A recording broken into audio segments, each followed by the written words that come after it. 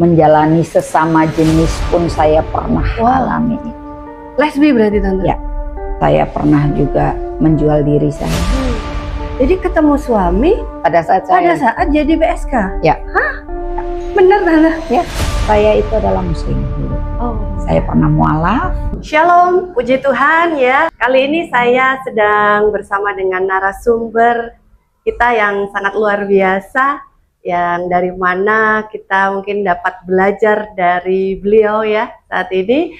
Ya, selamat sore Tante Lauren. Selamat sore. Ya. Boleh diperkenalkan diri terlebih dahulu Tante? Boleh. Shalom, nama saya Lauren. Saya 61 tahun mau ke 62 tahun. Masih muda. Wow, luar biasa semangatnya. Semangat. Iya, kalau boleh tahu ini riwayat keluarga Tante dari mana? Saya ngelihat kok kayaknya Tante ada turunan Chinese ya? Betul. Oh, betul. Betul. Dari kakek saya, dari papa Chinese, dari oma, dari papa juga itu ada Manado dan Yahudi. Jadi terus dari pihak mama ada Ambon, Timor dan Rote. Waduh, banyak kali ya percampurannya. Benar. Ya beginilah hasilnya. Kesaksian hidup seseorang tentu patut dihormati. Tapi ketika pengalaman pribadi itu berubah menjadi klaim teologis, apalagi dijadikan pembenaran bahwa satu agama benar dan agama lain salah, kita wajib bersikap kritis. Islam justru mengajarkan kita untuk menggunakan akal sehat, tidak sekadar hanyut dalam cerita emosional. Kesaksian dalam podcast ini penuh plot twist. Dari Kristen, hidup liar, masuk Islam, hidup tetap kacau, lalu kembali ke gereja dan menyimpulkan bahwa damai hanya ada dalam kekristenan. Narasi seperti ini tidak boleh diterima mentah-mentah. Kita harus mengujinya dengan logika, bukan perasaan. Pertama, tokohnya menyimpulkan bahwa hidupnya berantakan karena Islam tidak memberi damai sejahtera.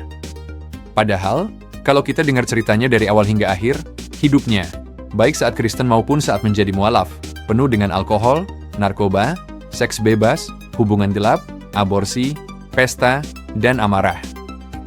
Masalahnya jelas bukan agama. Masalahnya adalah gaya hidup. Tidak adil menyalahkan Islam padahal ia sendiri mengakui tidak belajar Islam. Suaminya pun tidak salat dan tidak mengajarinya. Ia hanya ikut-ikutan puasa dan salat, dan seluruh gaya hidup lamanya tetap ia jalani. Masalahnya jelas bukan agama. Masalahnya adalah gaya hidup. Tidak adil menyalahkan Islam padahal ia sendiri mengakui tidak belajar Islam, suaminya pun tidak sholat dan tidak mengajarinya. Ia hanya ikut-ikutan puasa dan sholat kadang, dan seluruh gaya hidup lamanya tetap ia jalani. Dalam Al-Quran, Allah sudah mengingatkan dalam surah An-Nisa ayat 175, janganlah kamu mengikuti hawa nafsu, nanti kamu menyimpang dari jalan Allah. Jika seseorang hidup mengikuti hawa nafsu, agama apapun tidak akan memberikan ketenangan. Kedua, ia mengatakan bahwa alkohol dan rokok adalah pintu iblis, dan ia bisa lepas dari itu setelah kembali ikut Yesus. Logika ini lemah, karena justru Islam sangat tegas melarang alkohol dan perzinaan sejak awal.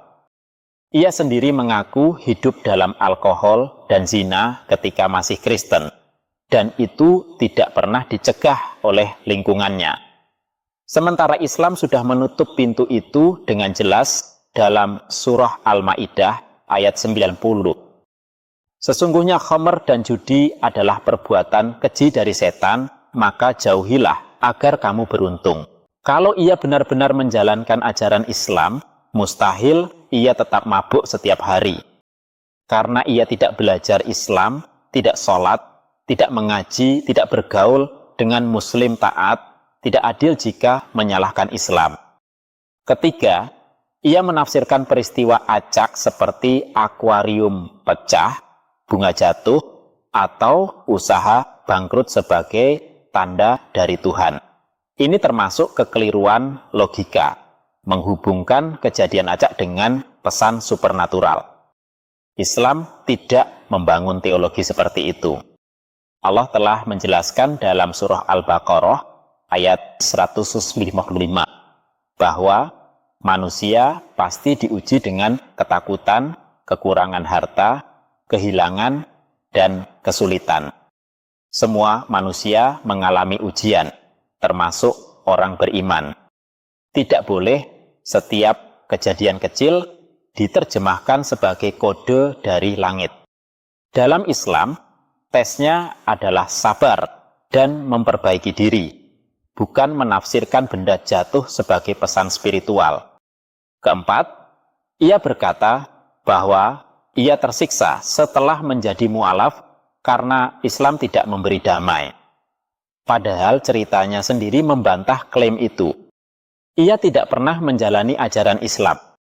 Ia hanya menjadi mu'alaf karena menikah, lalu tetap hidup dalam mabuk, narkoba, zina, prostitusi, dan gaya hidup destruktif lainnya.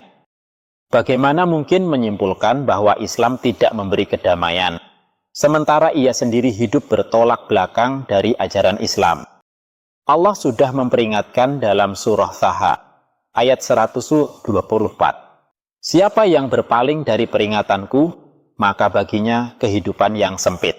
Kehidupan sempit datang bukan karena agamanya salah, tapi karena seseorang tidak menjalankan petunjuk Allah. Kelima, ia mengatakan bahwa ia menemukan damai setelah kembali ke gereja. Itu sah sebagai pengalaman pribadi, tapi tidak bisa dijadikan bukti teologis. Banyak orang non-muslim menemukan kedamaian setelah masuk Islam, tetapi itu tidak otomatis menjadi bukti bahwa Islam benar hanya karena mereka merasa tenang. Islam menegaskan bahwa kebenaran tidak diukur dari perasaan. Dalam surah An-Najm ayat 23, Allah mengkritik orang yang menjadikan dugaan dan keinginan hati sebagai ukuran kebenaran. Kebenaran harus diukur dari wahyu dan akal sehat, bukan dari mood sesaat. Selain itu, damai yang ia rasakan muncul setelah ia berhenti minum alkohol, berhenti merokok, dan meninggalkan gaya hidup maksiat, bukan semata karena berpindah agama. Kalau ia memperbaiki hidup, ketika masih mu'alaf pun, hasilnya akan sama, damai. Kesimpulannya sederhana, masalah utama bukan agama, tetapi gaya hidup, ketidaktahuan, dan ketidakmauan belajar.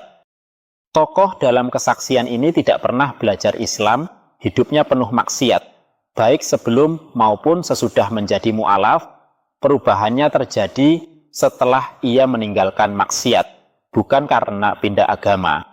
Dan klaim teologisnya dibangun dari perasaan, bukan ilmu. Pengalaman personal tidak bisa menjadi dasar kebenaran agama. Islam tidak membangun akidah dari cerita emosional. Islam membangun kebenaran dari wahyu, akal sehat, dan konsistensi logika. Cerita boleh menghibur, pengalaman boleh mengharukan, tapi kebenaran tetap harus diuji dengan pikiran yang jernih.